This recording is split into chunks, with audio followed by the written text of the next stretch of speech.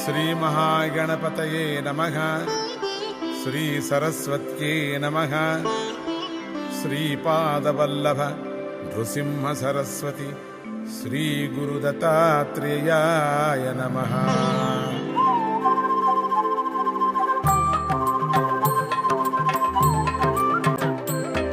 ಶುಕ್ಲಾಂಬರಧರಂ ವಿಷ್ಣುಂ ಶಶಿವರ್ಣಂ ಚತುರ್ಭುಜಂ ಪ್ರಸನ್ನವದನಂ ಧ್ಯಾಯೇತ್ ಸರ್ವವಿಘ್ನೋಪಶಾಂತಯೇ. ಶಾರದಾ ಶಾರದಾಂಭೋಜ ವದನಾ ವದನಾಂಬುಜೆ ಸರ್ವದಾ ಸರ್ವದಾಸ್ಮಾಕಂ ಸನ್ನಿಧಿ ಸನ್ನಿಧಿಂ ಕ್ರಿಯಾತ್. ಅಖಂಡಮಂಡಲಾಕಾರಂ ವ್ಯಾಪ್ತಂ ಯೇನ ಚರಾಚರಂ ತತ್ಪದಂ ದರ್ಶಿತಂ ಯೇನ ತಸ್ಮೈ ಶ್ರೀ ಗುರವೇ ನಮಃ. ಕೂಜಂತಂ ರಾಮ ರಾಮೇತಿ ಮಧುರಂ ಮಧುರಾಕ್ಷರಂ ಆರುಹ್ಯ ಕವಿತಾ ಶಾಖಾಂ ವಂದೇ ವಾಲ್ಮೀಕಿ ಕೋಕಿಲಂ. ಅಂಜನಾನಂದನಂ ವೀರಂ ಜಾನಕೀ ಶೋಕನಾಶನಂ ಕಪೀಶಮಕ್ಷಹಂತಾರಂ ವಂದೇ ಲಂಕಾಭಯಂಕರಂ.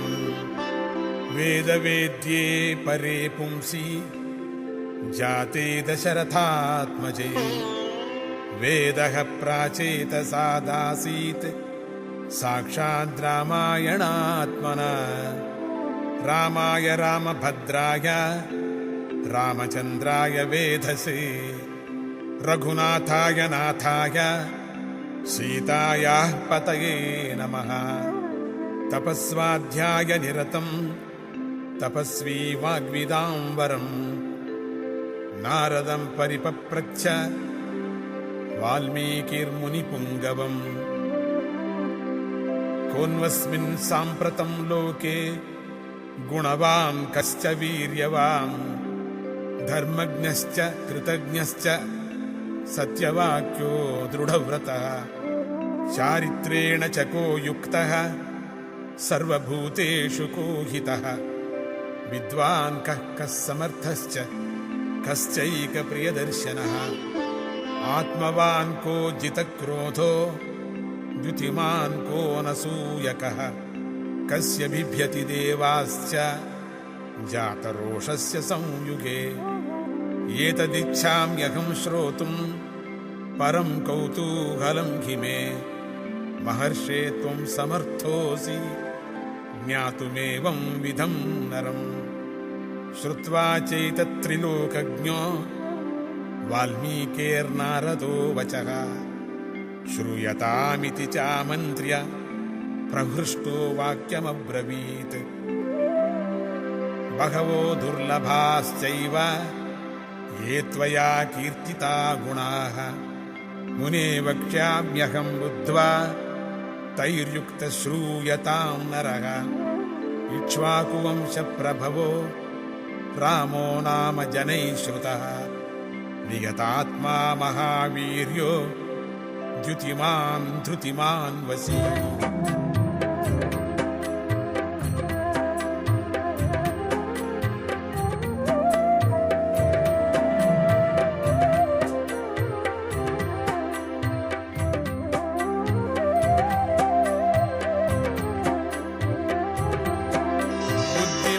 नीतिमान् वाग्मी श्रीमान् शत्रुनिबर्हणः. विपुलांसो महाबाहुः कम्बुग्रीवो महाहनुः.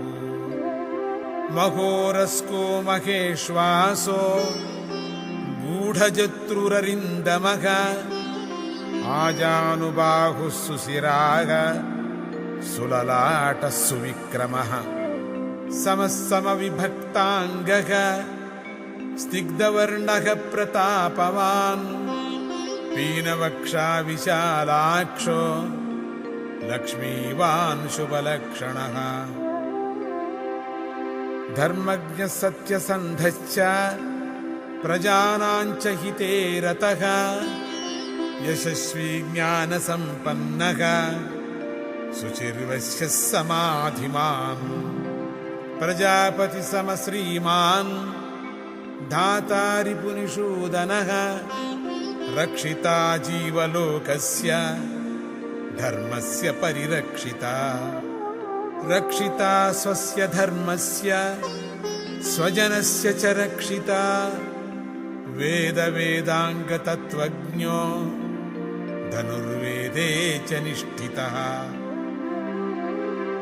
ಸರ್ವಶಾಸ್ತ್ರಾರ್ಥ ತತ್ವಜ್ಞಃ ಸ್ಮೃತಿಮಾನ್ ಪ್ರತಿಭಾನವಾನ್ ಸರ್ವಲೋಕಪ್ರಿಯಃ ಸಾಧುಃ ಅಧೀನಾತ್ಮಾ ವಿಚಕ್ಷಣಃ ಸರ್ವದಾಭಿಗತಃ ಸದ್ಭಿಃ ಸಮುದ್ರ ಇವ ಸಿಂಧುಭಿಃ ಆರ್ಯಃ ಸರ್ವಸಮಶ್ಚೈವ ಸದೈವ ಪ್ರಿಯದರ್ಶನಃ ಸ ಚ ಸರ್ವಗುಣೋಪೇತಃ ಕೌಸಲ್ಯಾನಂದವರ್ಧನಃ ಸಮುದ್ರ ಇವ ಗಾಂಭೀರ್ಯೇ ಧೈರ್ಯೇಣ ಹಿಮವಾನಿವ ವಿಷ್ಣುನಾ ಸದೃಶೋ ವೀರ್ಯೇ ಸೋಮವತ್ ಪ್ರಿಯದರ್ಶನಃ ಕಾಲಾಗ್ನಿಸದೃಶಃ ಕ್ರೋಧೇ ಕ್ಷಮಯಾ ಪೃಥಿವೀ ಸಮಃ ಧನದೇನ ಸಮಸ್ತ್ಯಾಗೇ ಸತ್ಯೇ ಧರ್ಮ ಇವಾಪರಃ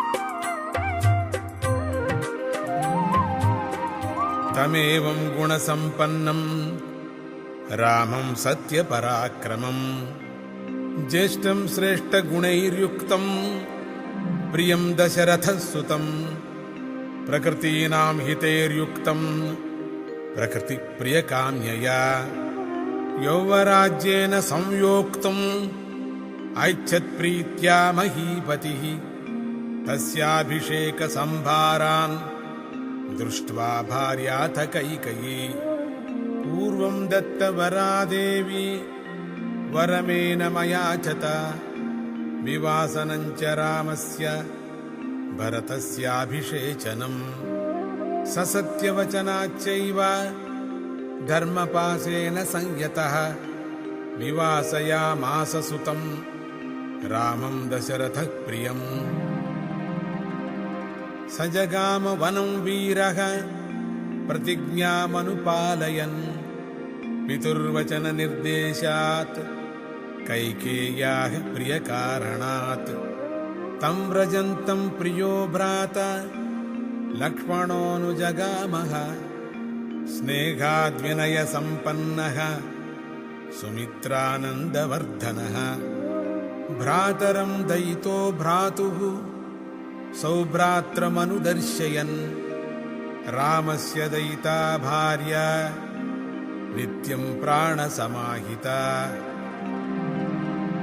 ಜನಕಸ್ಯ ಕುಲೇ ಜಾತಾ ದೇವಮಾಯೇವ ನಿರ್ಮಿತಾ ಸರ್ವಲಕ್ಷಣಸಂಪನ್ನಾ ನಾರೀಣಾಮುತ್ತಮಾ ವಧೂಃ ಸೀತಾಪ್ಯನುಗತಾ ರಾಮಂ ಶಶಿನಂ ರೋಹಿಣೀ ಯಥಾ ಪೌರೈರನುಗತೋ ದೂರಂ ಪಿತ್ರಾ ದಶರಥೇನ ಚ ಶೃಂಗಿಬೇರಪುರೇ ಸೂತಂ ಗಂಗಾಕೂಲೇ ವ್ಯಸರ್ಜಯತ್ ಗುಹಮಾಸಾಧ್ಯ ಧರ್ಮಾತ್ಮಾ ನಿಷಾದಾಧಿಪತಿಂ ಪ್ರಿಯಂ ಗುಹೇನ ಸಹಿತೋ ರಾಮೋ ಲಕ್ಷ್ಮಣೇನ ಚ ಸೀತಯಾ ತೇ ವನೇನ ವನಂ ಗತ್ವಾ ನದೀಸ್ತೀರ್ತ್ವಾ ಬಹೂದಕಾಃ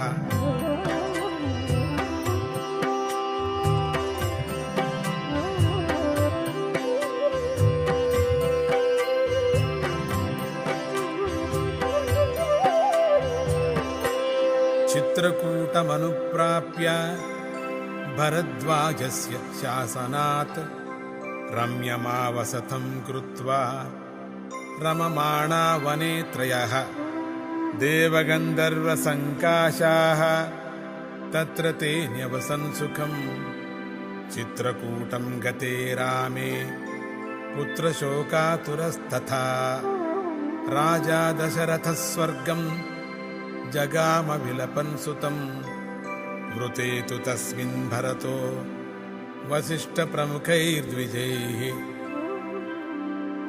नियुज्यमानो राज्याय नैच्छद्राज्यं महाबलः स जगाम वनं वीरो रामपादप्रसादकः गत्वा तु सुमहात्मानं रामं सत्यपराक्रमम् अयाचद्भ्रातरं रामम् आर्यभावपुरस्कृतः त्वमेव राजा धर्मज्ञः इति रामं वचोब्रवीत् रामोऽपि परमोदारः सुमुखः सुमहायशः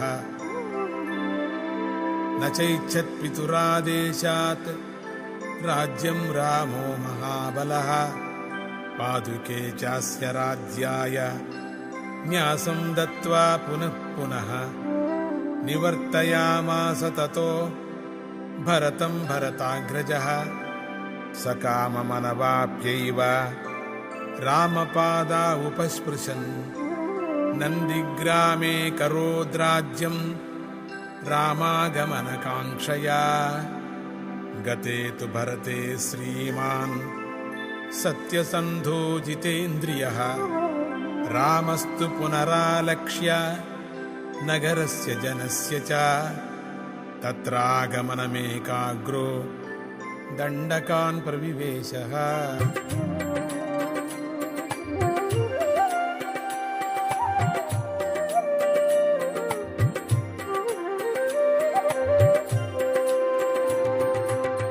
प्रविश्यतु महारण्यं रामो राजीवलोचनः विराधं राक्षसं हत्वा शरभङ्गं ददर्शः सुतीक्ष्णं चाप्यगस्त्यं च अगस्त्यभ्रातरं तथा अगस्त्यवचनाच्चैव जग्राहैन्द्रं शरासनं खड्गं च परमप्रीतः तूणी चाक्षयसायकौ वसतस्तस्य रामस्य वने वनचरैः सह ऋषयोऽभ्यागमन् सर्वे वधायासुररक्षसां स तेषां प्रतिशुश्राव राक्षसानां तथा वने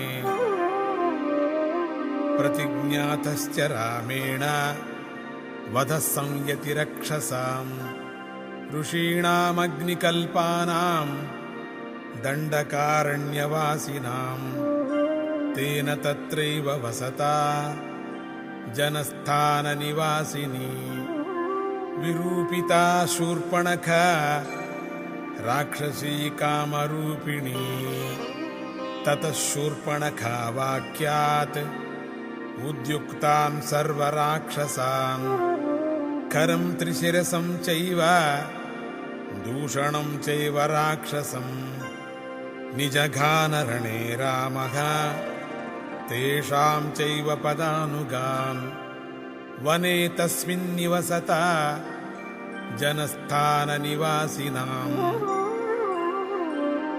रक्षसां निघतान्यासन् सहस्राणि 14 ततो ज्ञातिवधं श्रुत्वा रावणः क्रोधमूर्छितः सहायं वरयामास मारीचं नाम राक्षसं वार्यमाणः सुबहुशो मारीचेन स रावणः न विरोधो बलवता क्षमो रावणतेन ते अनादृत्य तु तद्वाक्यं रावणः कालचोदितः जगामसः मारीचः तस्याश्रमपदं तदा तेन मायाविना दूरम् अपवाह्य नृपात्मजौ जहार भार्यां रामस्य गृध्रं हत्वा जटायुषम् गृध्रं च निहतं दृष्ट्वा हृतां श्रुत्वा च मैथिलीं राघवः शोकसन्तप्तो विललापाकुलेन्द्रियः ततस्तेनैव शोकेन गृध्रं दग्ध्वा जटायुषं मार्गमाणो वने सीतां राक्षसं सन्ददर्शः कबन्धं नाम रूपेण विकृतं घोरदर्शनं तं निहत्य महाबाहुः ददाह स्वर्गतश्च सः स चास्य कथयामास शबरीं धर्मचारिणीं श्रमणीं धर्मनिपुणाम् अभिगच्छेति राघवम् सोऽभ्यगच्छन् महातेजाः शबरीं शत्रुसूदनः शबर्या पूजितः सम्यक् रामो दशरथात्मजः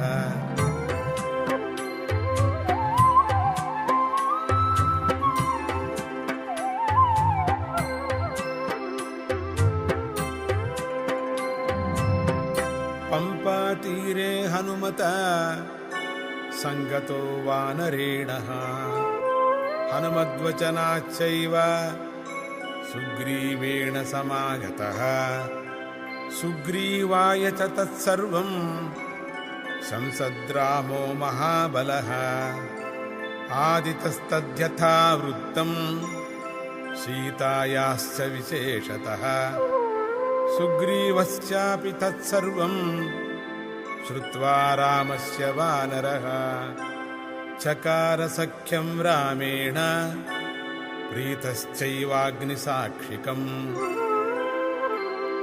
ततो वानरराजेन वैरानुकथनं प्रति रामायावेदितं सर्वं प्रणयात् दुःखितेन च प्रतिज्ञातं च रामेण तदा वालिवधं प्रति वालिनश्च बलं तत्र कथयामास वानरः सुग्रीवः शङ्कितश्चासीत् नित्यं वीर्येण राघवे राघवप्रत्ययार्थं तु दुन्दुभेः कायमुत्तमम् दर्शयामास सुग्रीवो महापर्वतसन्निभम् उत्स्मयित्वा महाबाहुः प्रेक्ष्य चास्ति महाबलः पादाङ्गुष्ठेन चिक्षेप सम्पूर्णं दशयोजनं बिभेद च पुनः सालान् सप्तैकेन महेशुना गिरिं रसातलं चैव जनयन् प्रत्ययं तदा ततः प्रीतमनास्तेन विश्वस्तः स महाकपिः किष्किन्धां रामसहितो जगाम च गुहां तदा ततो गर्जद्धरिवरः सुग्रीवो हेमपिङ्गळः तेन नादेन महता निर्जगाम हरीश्वरः अनुमान्य तदा तारां सुग्रीवेण समागतः निजघान च तत्रैनं शरेणैकेन राघवः ततः सुग्रीववचनात् हत्वा वालिनमावे सुग्रीवमेव तद्राज्ये राघवः प्रत्यपादयत् स च सर्वान् समानीय वानरान् वानरर्षभः दिशः प्रस्थापयामास दिदृक्षुर्जनकात्मजाम्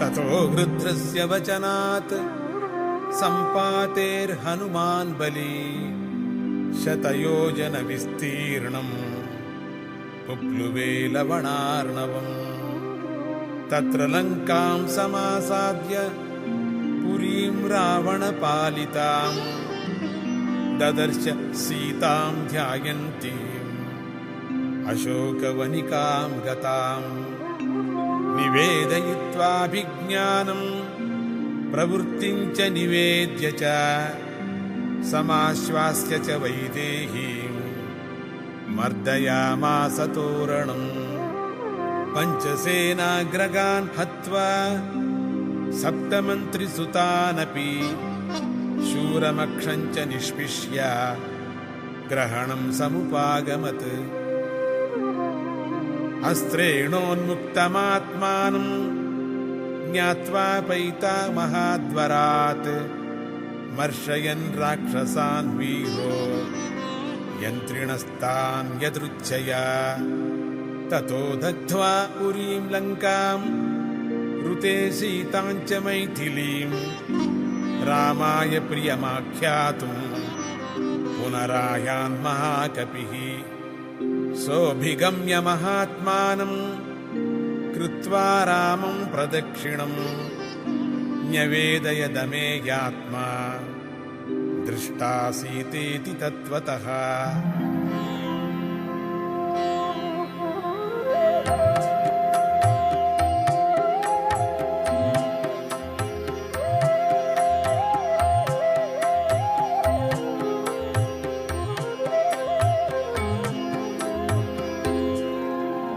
ततः सुग्रीवसहितो गत्वा तीरं महोदधेः समुद्रं क्षोभयामास शरैरादित्यसन्निभैः।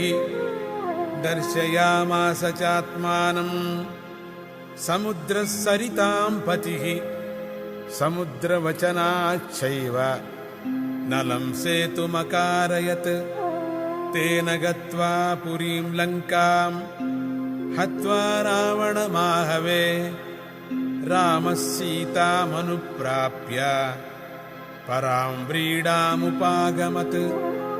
तामुवाच ततो रामः परुषं जनसंसदि अमृष्यमाणा सा सीता विवेशज्वलनं सती। ततोऽग्निवचनात् सीतां ज्ञात्वा विगतकल्मषां बभौ रामसम्प्रहृष्टः पूजितः सर्वदैवतैः। कर्मणा तेन महता त्रैलोक्यं सचराचरं सदेवर्षिगणं तुष्टं राघवस्य महात्मनः। अभिषिच्य च लङ्कायां राक्षसेन्द्रं विभीषणं कृतकृत्यस्तदा रामो विज्वरः प्रमुमोदः। देवताभ्यो वरं प्राप्य समुत्थाप्य च वानरान् अयोध्यां प्रस्थितो रामः पुष्पकेण सौहृद्वृतः। भरद्वाजाश्रमं गत्वा रामः सत्यपराक्रमः। भरतस्यान्तिकं रामो हनुमन्तं व्यसर्जयत्। पुनराख्यायिकां जल्पन् सुग्रीवसहितस्य सह पुष्पकं तत्समारुह्य नन्दिग्रामं ययौ तदा। नन्दिग्रामे जटा हित्वा भ्रातृभिः सहितो नघः रामः सीतामनुप्राप्य राज्यं पुनरवाप्तवान्। प्रहृष्टो मुदितो लोकः तुष्टः पुष्टः सुधार्मिकः। निरामयो ह्यरोगश्च दुर्भिक्षभयवर्जितः।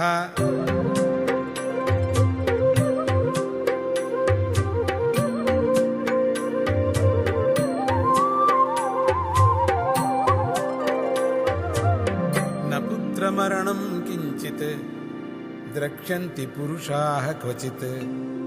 नार्यश्च विधवा नित्यं भविष्यन्ति पतिव्रताः। न चाग्निजं भयं किञ्चित् नाप्सुमज्जन्ति जन्तवः। न वातजं भयं किञ्चित् नापि ज्वरकृतं तथा। न चापि क्षुद्भयं तत्र न तस्करभयं तथा। नगराणि च राष्ट्राणि धनधान्ययुतानि च नित्यं प्रमुदिता सर्वे यथा कृतयुगे तथा। अश्वमेधशतैरिष्ट्वा तथा बहुसुवर्णकैः गवां कोट्ययुतं दत्त्वा ब्रह्मलोकं प्रयास्यति। असंख्येयं धनं दत्त्वा ब्राह्मणेभ्यो महायशाः राजवंशान् शतगुणान् स्थापयिष्यति राघवः चातुर्वर्ण्यं च लोकेऽस्मिन् स्वे स्वे धर्मे नियोक्ष्यति दशवर्षसहस्राणि दशवर्षशतानि च रामो राज्यमुपासित्वा ब्रह्मलोकं प्रयास्यति इदं पवित्रं पापघ्नं पुण्यं वेदैश्च संहितं यः पठेद् रामचरितं सर्वपापैः प्रमुच्यते एतदाख्यानमायुष्यं पठन् रामायणं नरः सपुत्रपौत्रः सगणः प्रेत्य स्वर्गे महीयते पठन् द्विजो वा गृषभत्वमीयात् स्यात् क्षत्रियो भूमिपतित्वमीयात् वणिक्जनकपण्यफलत्वमीयात् जनच्च शूद्रोऽपि महत्वमीयात्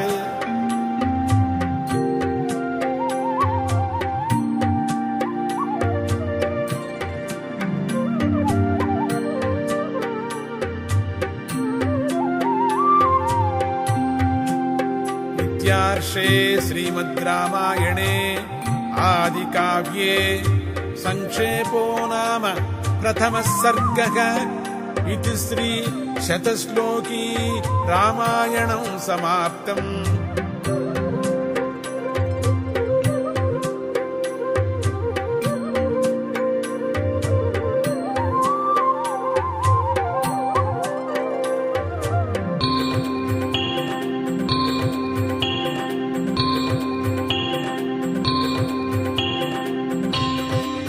नमो रामचन्द्राय नमः।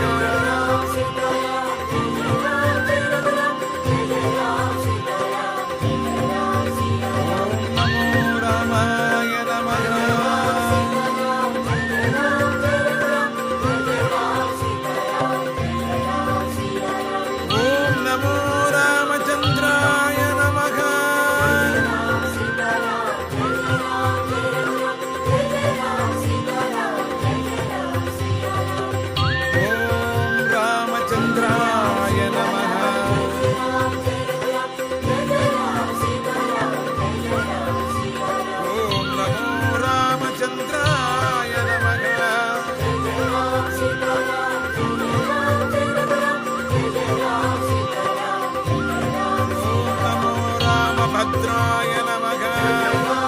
ओम नमो रामचन्द्राय नमः। ओम नमो रामचन्द्राय नमः। ओम नमो रामभद्राय नमः। ओम नमो रामाय नमः। सीतापतये नमः। ओम नमो रामचन्द्राय नमः। ओम नमो रामचन्द्राय नमः। ओम नमो रामभद्राय नमः। रामभद्राय नमः। ओम नमो रामभद्राय नमः। ओम नमो रामचन्द्राय नमः। ओम नमो रामचन्द्राय नमः। ओम नमो रामभद्राय नमः।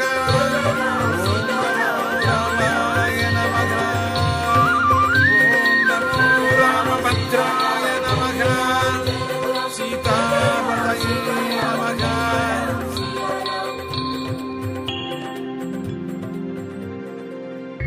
ओम नमो रामचन्द्राय नमः। ओम नमो रामचन्द्राय नमः। ओम नमो रामचन्द्राय नमः।